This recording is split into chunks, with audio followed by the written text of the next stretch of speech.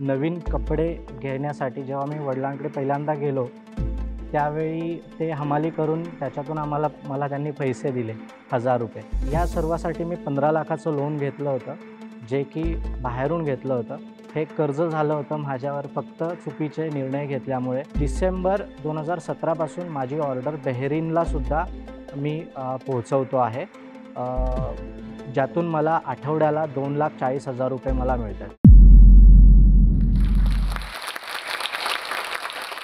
माझं नाव आशिष सुरेश आमराळे. मूळ गाव माझं पाचगणी, सातारामध्ये येतं आणि माझी वाढ आणि माझं शिक्षण जे आहे ते रोहा, रायगड या छोट्याशा शहरातून झालेलं आहे आणि तिथूनच मी माझं कामालासुद्धा सुरुवात केली. माझे वडील जे आहेत त्यांनी आम्हाला हमाली करून वाढवलेलं आहे. हमालीतूनच आमचे पूर्ण शिक्षण म्हणजे अगदी ग्रॅज्युएशनपर्यंत आमचं जे शिक्षण झालं, ते हमालीतूनच झालं वडिलांच्या. त्यांची ही परिस्थिती बघता आम्हाला असं वाटलं, की ही परिस्थिती कधीतरी बदलायला हवी. तो बदलण्याचा आम्ही 2008 मध्ये मी निश्चय केला, की ज्यावेळी माझं शिक्षण हे 12वी झालं होतं 2006 मध्ये. त्याच्यानंतर आम्ही 2008 मध्ये 2 वर्षामध्ये मी डिसिजन घेतला, की काहीतरी वडिलांसाठी केलं पाहिजे. कारण 12वी मध्ये जेव्हा माझं जेव्हा 12वी कंप्लीट झालं, तेव्हा पुढच्या शिक्षणासाठी कॉलेजला जाताना नवीन कपडे घेण्यासाठी जेव्हा मी वडिलांकडे पहिल्यांदा गेलो, त्यावेळी ते हमाली करून त्याच्यातून मला त्यांनी पैसे दिले ₹1000 आणि त्याच्यातूनच मी हे कपडे घेऊ शकलो. तर ती परिस्थिती मला जवळून बघता आली त्यावेळी आणि तेव्हाच डिसिजन घेतला, की ही वडिलांची परिस्थिती मला बदलायची आहे आणि त्याच मार्गाने मी पुढे वाटचाल सुरू केली. 2008 मध्ये रोहा या शहरातून मला मोठं काहीतरी बनायचं असेल, तर मी कुठे जावं हा डिसिजन घेतला. तर माझ्या मित्राने यामध्ये मला मदत केली, की पुणे हे शहर खूप व्यवस्थित आहे, चांगलं डेव्हलप होण्यासाठी. म्हणूनच मी मित्राच्या मदतीने पुणे हे शहर गाठलं. पुणे शहर ज्यावेळी गाठलं, त्यावेळी माझ्याकडे पैसे खिशामध्ये काहीही नव्हते. त्याचा पूर्ण खर्च हा माझ्या मित्राने केला.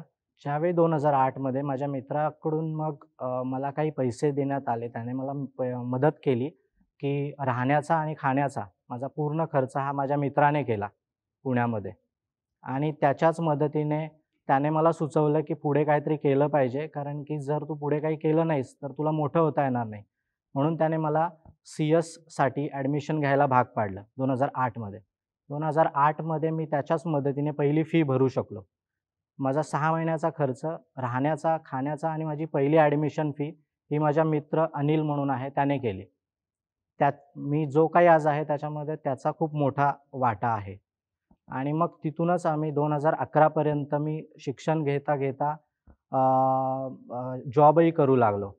जॉब करतानाच ज्यावेळी सी-एस कंप्लीट झालं माझं 2012 साली माझं सी-एस कंप्लीट झालं. त्यावेळी पुन्हा जॉबला मी ज्यावेळी होतो, त्यावेळी नॉर्मल जॉब करत होतो. कोणताही सी-एस रिलेटेड जॉब करत नव्हतो. ज्यावेळी सी-एस कंप्लीट झालं, सी-एस कंप्लीट झाल्यानंतर पुन्हा मी 9,000 पगारावरून पुन्हा 1,000 वर आलो. कारण की मला काहीतरी करायचं होतं आणि मला प्रॅक्टिसच करायची होती. म्हणून मला सी-एस झाल्यानंतर 2012 मध्ये पुन्हा मी ₹1,000 फी घ्यायला लागलो आणि तिथूनच माझी खरी वाटचाल सुरू झाली. 1,000 ज्यावेळी मी फी घेतली, मला वाटायचं की 2008 पासून मी आत्तापर्यंत 9-10 हजारांमध्ये पगारावर काम करतोय आणि अचानक पुन्हा 1,000 वर आल्यावर माझं कसं होईल? पुन्हा 1,000 वर काम केल्यावर पुन्हा सर्व व्यवस्थित होईल का नाही? तर तिथूनच पुन्हा सुरुवात केली, की 1,000 पासून करायचं कारण आपल्याला मोठं काहीतरी बनायचंय. 10 अन् 15-20 हजार रुपयामध्ये आपल्याला काहीच होणार नाहीये किंवा आपण वडिलांची परिस्थिती बदलू शकणार नाहीये. म्हणून मग 2012 मध्ये पुन्हा 1,000 पासून सुरुवात केली आणि हळू त्याच क्लायंटमुळे मला अजून काही क्लायंट्स मिळाले, जे पुन्हा 1,000 पासून 5,000, 5,000 पासून 10,000, 10,000 पासून 15,000 पर्यंत आलो आणि हे साधारणतः दीड वर्ष पुढे 2013 होऊन सुद्धा मी 15,000 वरच सर्व्हिस इंडस्ट्रीमध्ये सर्व्हिस देत राहिलो. त्याच्यानंतर मग म्हटलं याच्यामध्ये मार्केटिंग थोडंसं करून आपण थोड्या चांगल्या पद्धतीने आपण जाऊ शकतो. म्हणून मग सुरुवात केली, की डिजिटल मार्केटिंग वगैरे करून आपण त्याच्या थ्रू आपण पुढे जाऊया. पण त्याच्यामध्ये पण सक्सेसफुल आलं नाही. मग पुन्हा माउथ पब्लिसिटीनीच पुढे जाण्याचा विचार केला आणि मग तिथून पुढे चांगल्या प्रकारे म्हणजे हॉटेल्स इंडस्ट्रीमध्ये जास्त जाण्याचा विचार केला. कारण की तिकडे सर्व्हिस देणारे सीएस किंवा असं कोणी नाही आहे. म्हणून मग हॉटेल लाईन्समध्ये जास्त इन्व्हॉल्व झालो. पुन्हा 1,000 पासून एक-एक क्लायंट जोडत-जोडत आज माझ्याजवळ 250 क्लायंट आहेत आणि माझी त्याच्यातूनच महिन्याची इन्कम जी आहे ती 2 ते ₹2.5 लाख आहे, जी निव्वळ नफा आहे. पण पुन्हा हे सर्व चालू होतं 2020 पर्यंत. या या या कालावधीमध्ये मी माझ्या वडिलांची जी हमालीची परिस्थिती होती, ती मी पूर्णपणे बदलली. मी ज्या क्षेत्रामध्ये ते हमाली करत होते, त्या क्षेत्रामध्ये मी त्यांना स्वतःचं दुकान घेण्यासाठी मदत केली आणि त्याच्यातूनच आम्ही मोठं होण्यास सुरुवात झाली. आता 2020 पर्यंत हे सर्व व्यवस्थित चालू होतं. 2020 मध्ये लॉकडाऊन लागलं पूर्णपणे म्हणजे कोणीही फी देण्यासाठी तयार नव्हतं. फी देताना कोणीही सांगायचं, की लॉकडाऊन आहे, लॉकडाऊनमुळे फी देता येणार नाही. 4-5 महिने झाले असंच पद्धतीने चालू राहिलं. मग विचार केला, की आपण काहीतरी वेगळं केलं पाहिजे. जोडधंदा काहीतरी वेगळा आपण केला पाहिजे याच्यामध्ये. म्हणून मग सर्व्हिस इंडस्ट्रीतून मॅन्युफॅक्चरिंग इंडस्ट्रीकडे वळण्याचा डिसिजन 2020 सप्टेंबरमध्ये घेतला. सप्टेंबर 2020 मध्ये कोणती इंडस्ट्री निवडायची फूडमध्ये, कोणतं क्षेत्र निवडायचं फूडमध्ये, हा विचार करत असताना वडील ज्या क्षेत्रात हमाली करत होते, कांदा बटाटा, त्याच्यावरच प्रोसेस करून काहीतरी करावं असा डिसिजन घेतला आणि मग बटाट्यांवर प्रोसेस करून त्याच्यापासून वेफर्स बनवून आपण मार्केटमध्ये आपल्या नावाने सुरुवात करावी. म्हणून स्वतःचं एक कंपनी स्थापन केली, इस्टॅब्लिश केली, ब्रँडिंग केलं, नाव सुचवलं चांगल्या प्रकारे, त्याचं ब्रँडिंग केलं. पण त्या क्षेत्रातला अनुभव कमी असल्यामुळे आणि जागा बघण्यामध्ये आम्ही चुकल्यामुळे, मशीन्स घेण्यामध्ये आम्ही चुकी केल्यामुळे असं म्हणू शकतो की खूप फास्ट डिसिजन आम्ही घेतला आणि तो आमच्या अंगावर पडला. स्पेशली माझ्यावर कारण की पूर्णपणे 15 लाखाचं कर्ज झालं त्या एका महिन्यामध्ये. कारण की मी मशीन्स आणि जागा चुकल्यामुळे तिथे सेलही होत नव्हता आणि त्या मशीनमधून खर्चही खूप जास्त वाढला. असं होता-होता मग पूर्णपणे डाऊन झालो. त्या परिस्थितीत मी माझं स्वतःचं पुण्यातील राहतं घर विकलं हे सर्व करण्यासाठी. या सर्वासाठी मी 15 लाखाचं लोन घेतलं होतं, जे की बाहेरून घेतलं होतं. हे कर्ज झालं होतं माझ्यावर फक्त चुकीचे निर्णय घेतल्यामुळे मॅन्युफॅक्चरिंग कंपनीमध्ये. तर हे निर्णय जे आहेत, हे 1.5 वर्ष मला सलत राहिले पूर्ण. 1.5 वर्ष मी त्याच ठिकाणी येऊन म्हणजे विचार करून पुन्हा त्याच ठिकाणी यायचो, की मी चूक काय-काय केली आहे. मग निश्चय केला, की मी ज्या चुका केल्यात, त्या चुका पूर्णपणे टाळायच्या आणि ज्या गोष्टीने मला हरवलंय, तीच गोष्ट पुन्हा सुरुवात करायची. मग मी 6 महिने 2020 ते 2021 मेपर्यंत मी ज्या चुका झाल्यात, त्या चुका मी टाळायचा प्रयत्न करायला लागलो. आता ज्या चुका झालेल्या आहेत, त्या चुका मी लिहून घेतल्या. 2021 ते 2022 मध्ये त्या सर्व चुका मी माझ्या डायरीमध्ये लिहून घेतल्या आणि त्या चुका कशा टाळता येईल हा विचार करू लागलो. याच्यामध्ये माझ्या पत्नीची साथ खूप महत्त्वाची होती आणि जी मला मिळाली. मला माझं स्वतःचं घर मी विकताना सुद्धा त्यांनी मला विचारलं नाही, की "तुम्ही घर विकताय, आम्ही कसं राहणार?"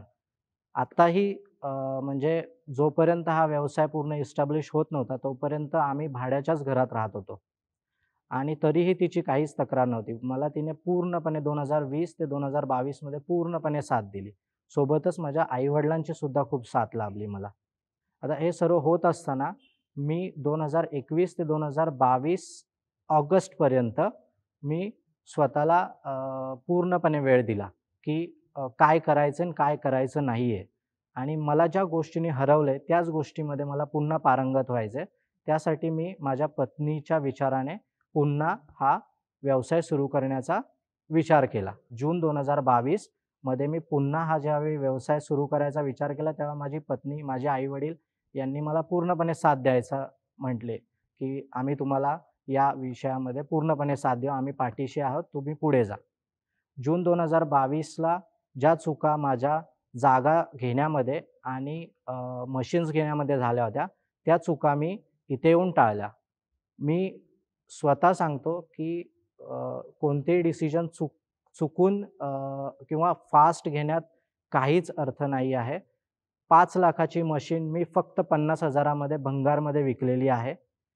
जी मशीन माझ्यासाठी म्हणजे नुकसानदायक ठरली. ज्याच्यामुळं मी 15,00,000ला लॉसला गेलो. ती एक मशीन मी 5,00,000ची होती, जी मी 50,000ला विकली. आणि त्याच मशीनवर मी पुन्हा काय करू शकतो याचा विचार करू लागलो. म्हणून मग मी स्वतः त्या मशीनच्या ऐवजी बॉयलर उभे केले, ज्याची कॉस्टिंग ₹45 वरून पुन्हा ₹8 वर आली आणि मग पुन्हा व्यवसायाला खूप चांगल्या प्रकारे सुरुवात झाली. पहिल्याच दिवशी मला 100 किलोची ऑर्डर मिळाली. ऑर्डर घेताना माझ्या डोळ्यामध्ये आनंदाचे अश्रूसुद्धा होते आणि मी पूर्ण करू शकेल का नाही हेही भीती वाटत होती. ऑगस्ट 2022 या महिन्यापासून मला चांगली सुरुवात मिळाली आणि नोव्हेंबर ते डिसेंबर या 2 महिन्यामध्ये मी एक्सपोर्टसुद्धा सुरुवात केली. डिसेंबर 2017 पासून माझी ऑर्डर बहरीनला सुद्धा मी पोहोचवतो आहे. ज्यातून मला आठवड्याला ₹2,40,000 मला मिळतात. या फक्त वेफर्स मधून. तर अशा पद्धतीने मी मग गेल्या ऑगस्ट 2022 ते आत्ता जानेवारी 2023 या 4 ते 5 महिन्यांमध्ये साधारणतः माझ्या कंपनीचा टर्नओव्हर 1,17,00,000 पर्यंत आणून ठेवलेला आहे. तर माझं एवढंच सांगणं असेल सर्वांना, की कोणताही डिसिजन फास्ट किंवा लवकरात लवकर घेऊ नका. तो डिसिजन खूप महागात ठरेल. तर कोणतीही गोष्टीचा अभ्यास करूनच त्या गोष्टीवर मात करण्यात खरी मजा आहे. ज्या गोष्टीने आपल्याला हरवलेलं आहे, त्या गोष्टीलाच हरवण्यात जी मजा आहे, तशी मजा कुठेच नाहीये. हा व्हिडिओ आपल्याला कसा वाटला हे आम्हाला कमेंट सेक्शनमध्ये कळवा आणि आपल्या मित्रांसोबत शेअर करायला विसरू नका.